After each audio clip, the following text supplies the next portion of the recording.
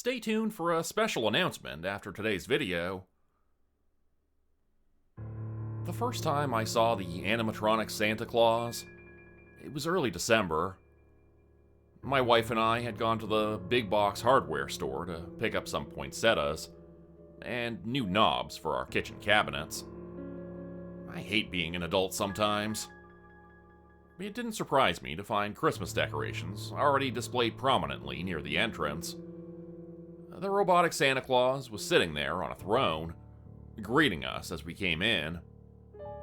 Its eyes moved back and forth without any discernible pattern, and it waved at us rigidly in greeting, turning its head to look at us as we approached, eyes focusing on ours for just a second, then moving away. "What a creepy-looking Santa," I said to my wife. "Who would ever buy that? It looks like something out of a nightmare." The Santa Claus got more frightening as we got closer to it. Despite its movements looking a bit stiff and robotic, it was still a little too realistic for my liking. The way the eyes were moving around, randomly, almost sporadically, looked a bit like a mental patient's gaze as they looked around with paranoia. His pale skin was almost human, but not quite, and I once again wondered who would ever purchase such a thing. I assumed it was for sale, but saw no price tag. I mostly just wanted to get away from it. We got out to the garden section and walked by cacti and succulents. "Hey, they got moon cactus, just like the one we got," I said to my wife, walking by the ones with the pink blossom-looking cacti on top. "You know that's just two cactuses stuck together?" "What?" My mind was blown. "Yeah, they just cut one cactus in half and glued on top of the other one. Bam, moon cactus. That's kind of a bummer, right?" We got what we needed and walked back towards the cash registers, once again passing by the Christmas displays and the creepy animatronic Santa Claus. Jeez, I'm glad I don't have to work in this place. That thing really creeps me out. Oh, sweet irony. How I hate you. It was a couple weeks into December, and I was standing in front of the animatronic Santa Claus once more. Only this time, I was wearing a bright red vest with a name tag stuck to the front. I couldn't help but look at the robotic Santa bitterly as it moved its head back and forth, stopping with its eyes, meaning mine, staring at me for a second, then turning away again, disinterested. "Hey, Jordan, move your ass. Those Christmas bulbs aren't going to stock themselves." I sighed and trudged back over to my dolly, stacked high with boxes of Christmas lights. Working in the hardware store wasn't so bad, I told myself.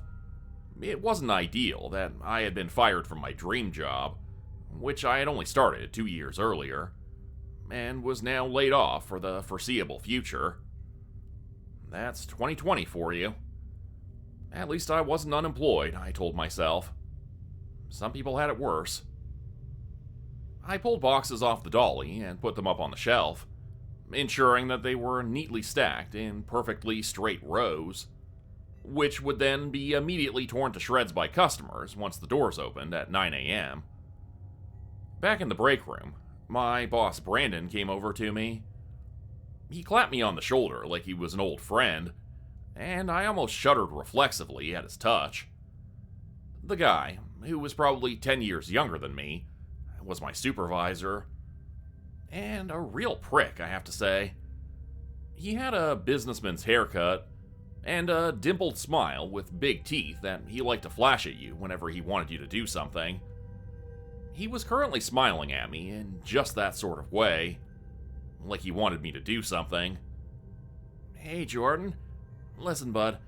I know you were saying you needed this Sunday off, but we're actually going to need to keep you on the schedule that night. And I'm going to need you to stay a little late, okay?" His toothy smile was bursting at the seams, his eyebrows high with anticipation. I could practically see him salivating at the possibility of a confrontation. He really enjoyed those. He didn't have to admit that for us to see it. how late is a little late? Like 2, 3 a.m. tops. You won't get overtime because you're still under the hours for the week. But hey, money's money. Am I right, buddy? Yeah, money is money, I thought to myself. And I could use the money, even if it was barely above minimum wage. It wasn't like I had a choice, after all. I always loved being voluntold to do things. Sure, no problem. I tried not to grit my teeth. So, I stayed late on Sunday night. For the rest of my remaining days, I'll wish I hadn't. There was only one other person left with me in the store that night when Brandon called me into the back room. It was just me and Andy, a nerdy-looking guy who, like me, was underemployed at the hardware store. His degree in robotics engineering from MIT had amounted to nothing after massive layoffs at his company. He was now forced into late-night labor stocking shelves at the hardware store for pennies on the dollar compared to his previous job. I had discovered that the animatronic Santa was actually his invention. He had allowed the store to use it for display. Andy clearly had some real talent in the robotics department. The longer I worked at the store, the more I realized how sophisticated the technology in the animatronic Santa was. It could actually stand up and walk around, but that was way too creepy. So, they told Andy to get it to sit on the throne and just wave in a friendly manner, so as not to frighten the children. Jordan, come back to the office, please. The voice was loud over the walkie-talkie. I wished I could have said I hadn't heard it. Andy would have vouched for me.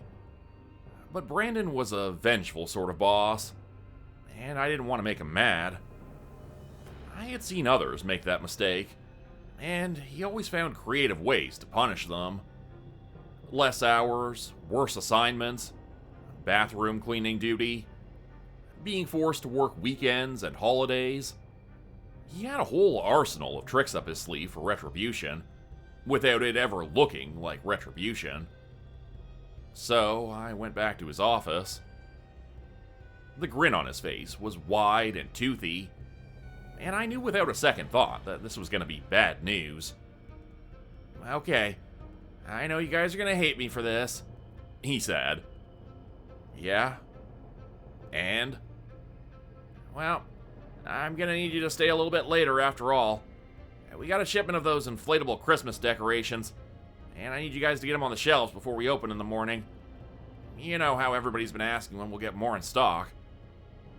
I had to get up in the morning at 8 a.m. to go to my other job. I was already scheduled to work until 3 a.m., and now he wanted me to stay even later? Sure, I said, defeated. I knew it was pointless to argue. Whatever I said would only result in something worse happening to me in the end.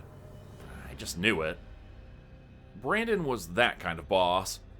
A vengeful sort, as I've said. I just need to be out of here by 7 a.m. at the latest, so I can go home and change for my other job. I need to be there by 8. You got it, bud. You're the boss. I'll put you down on the schedule till 7 a.m. No later than that. All right, I'll catch you later.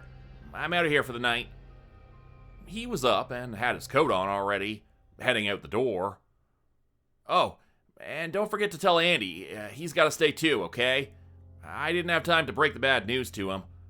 All right, you guys have a good night. He went into the employee bathroom, closing the door shut behind him before I could say a word. He always liked to change before leaving the store. God forbid anyone saw him in his uniform outside of here. I went out and told Andy the bad news. His face went bright red, and he was practically vibrating with anger when I explained it. I thought he was going to hit me. He clearly wasn't happy about being told to stay, and the chicken shit way our supervisor had made me break the news. I got a little jolt of sick pleasure out of telling him that Brandon was in the back getting changed if he wanted to catch him before he left. Let that prick supervisor talk to him for himself, I thought. It wasn't my job to break the bad news to employees that they had to stay late. That was not part of my job description. Andy marched back to the staff room to confront Brandon, and I was left alone with the Christmas decorations, now with a lot more work lying ahead of me than before. The weird thing was, Andy never came back. I finished the shift alone, feeling like something bad had just happened, but what it was, I couldn't figure out. That morning, after work, I went home and quickly showered, dressed in a different uniform for a different minimum wage job, and trudged off to that place half asleep. My other job was running the cash register at a burger place, since the hardware store usually didn't have enough hours for me. And even when they did, I still found myself short on cash. Hence the 80-hour work weeks. The next shift I had at the hardware store was a couple nights later. When I went inside, everyone was acting weird. The police were waiting for me when I walked in, and said they wanted to ask me a few questions, since I was one of the last people to see Brandon. I told them about Andy, in the best light possible, but said that he had been upset, and I assumed they had gotten into a bit of a confrontation, and that I hadn't seen either of them after that. The police told me Andy was also missing. The rest of the questioning was uneventful. I explained everything I knew, which wasn't much. It sounded like Andy was a person of interest in the investigation, since they were asking a lot of questions about him and his background. I said I knew he was into robotics and that he had recently been fired from some high-paying job in that field, but other than that, I didn't know anything about him. The police were dissatisfied, but left after that. Once again, I ended up staying late to stock the never-ending supply of Christmas decorations. And this time, it was a different manager announcing it to me with an infuriating smile. "Fine," I said, gritting my teeth despite my best efforts not to. 3 a.m. rolled around and everyone else had gone home. I was once again left by myself to work extended overtime. The large store was well lit, but creepy nonetheless, since I was the only one left in it at that late hour. I finished the boxes I had and was taking the dolly into the back to get more, when I walked past the animatronic Santa on his throne. The thing was moving around still, but I could have sworn I'd unplugged it. I walked around to the extension cord, hidden beneath some white felt that was meant to look like snow. The extension cord wasn't plugged in, and yet the Santa was moving around as if it was. "Weird," I said out loud. I figured it probably just had a battery, but unplugging it had always turned it off before. Climbing up the platform to where the thing was seated, I got close to the robotic Santa and began to feel under the red suit for an off switch. It was moving back and forth jerkily. The face suddenly turned and the eyes met mine, just as I was reaching to try and turn it off. Usually, the animatronic Santa would do this and then look away. This time, though, he locked eyes with me and stared at me. His head cocked slightly as if he was thinking, studying me. "Ho, ho, ho!" he suddenly bellowed, sending me reeling backwards, terrified. I screamed in surprise and fell off the platform, landing hard on the floor. My tailbone screamed out in sudden pain like a lightning bolt. Oh, fuck it. I got up, rubbing my backside, and walked away, leaving the thing on. That thing was way too creepy to mess with when I was all alone in the store at 3 o'clock in the morning. I figured I'd just let the battery die. I stacked the dolly high with boxes, and after a few minutes in the back room, I went back out into the store. I pushed the dolly back towards the seasonal display area. The sight of the empty Santa throne stopped me in my tracks. The animatronic Santa had been there not 5 minutes before. Now, he was gone. Ho, ho, ho. I heard from down one of the aisles near the back of the store. In the silence of the store, I heard footsteps walking in the distance, boots moving quickly on the tile floor. I was supposed to be alone. Hello? Someone there? There was another Night Stalker who sometimes came in at odd hours. But why would he take the robotic Santa? Maybe they were moving things around. It was the only explanation I could think of. The store was quiet once again. Maybe it's not Teddy. Maybe it's someone else. Part of my mind began to race with questions to which I had no answers. I began to imagine the robot Santa Claus up and walking around the store, a large knife clutched in hand, waiting around the corner, watching me. Ho, ho, ho. That sound was closer now. It wasn't possible for it to have moved so fast. It sounded like it was on the other side of me somehow, in the seasonal section where I was headed. I forced one foot in front of the other and continued to push the dolly forward. The part of my mind using what I thought was common sense told me not to be worried. This was just a prank or a misunderstanding, not something else. Not what I already knew it was.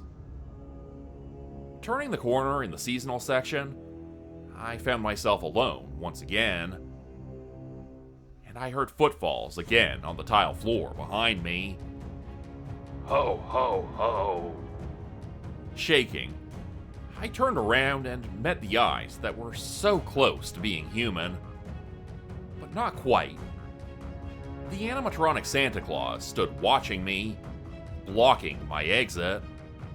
A wood axe was clutched in his hands, a price sticker still stuck to the blade.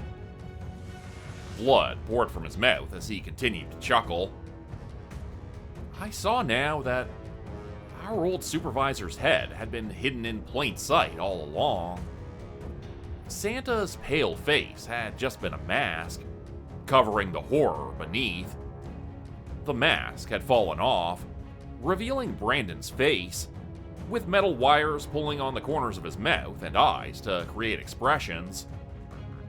I couldn't help but wonder where Andy, my former co-worker, was now. Hiding in the shadows with a remote control in his hand? I assumed he was looking to take me out.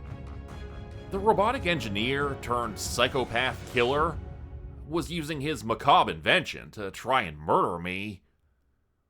The robot stalked towards me, and I saw Brandon's toothy, dimpled grin stretch wider as he approached.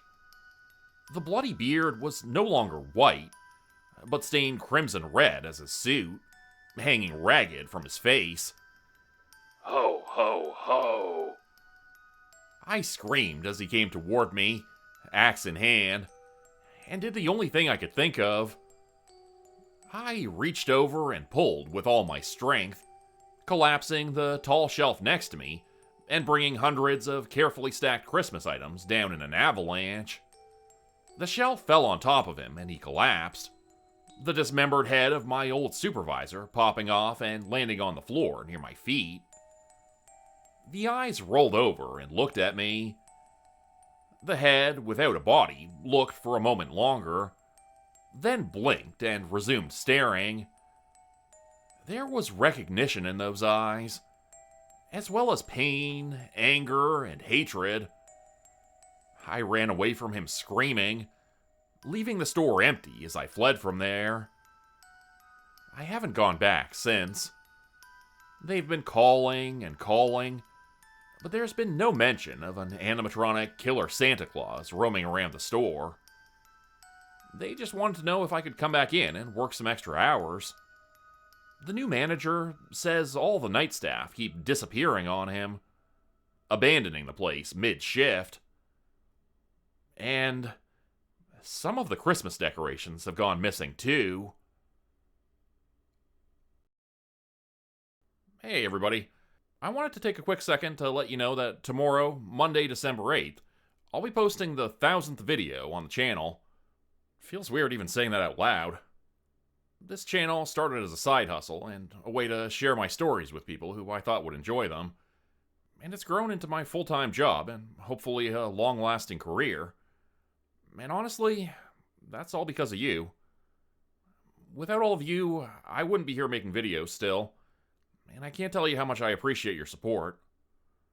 Tomorrow's story will be one written by me, focusing on a night shift mall security guard. A type of character I'll always be able to relate to, since I had that job once upon a time. Well, not in a mall, but in a notoriously haunted, century-old mental hospital. Still, I've always enjoyed these types of stories, and I think it's because I can always picture myself as the protagonist. It's easy to get into that headspace and remember what it was like, even after all these years.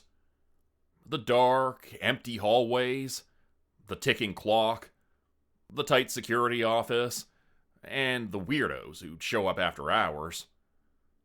Tomorrow's story is going to be a little like that, but with a twist. So, I hope you'll join me tomorrow, Monday, December 8th at 4 p.m. Eastern Standard Time, for what's going to be a huge milestone for the channel. As always, please like, comment, subscribe, and hype the video if you can.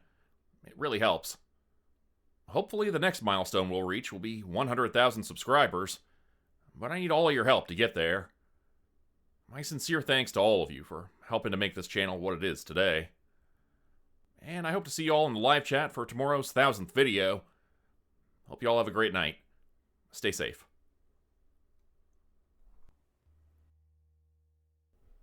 Become a channel member today for early access, bonus videos, and special emojis only available to members. Check out the description below or click the join button for more info. If you'd like another way to help support the channel, please consider joining my Patreon page at patreon.com/JordanGroupeHorror. As a patron, you'll get access to bonus videos and content. You'll be credited at the end of every video going forward, and if you decide to stay for 3 months, I'll name a character after you which will be featured in a Hollow's End story. Links to join the Patreon are in the description. Thanks everyone for listening. Please like, subscribe, and comment to help the channel continue to grow. And see you again next time at 4 p.m. Eastern Standard Time. Hope you have a great night.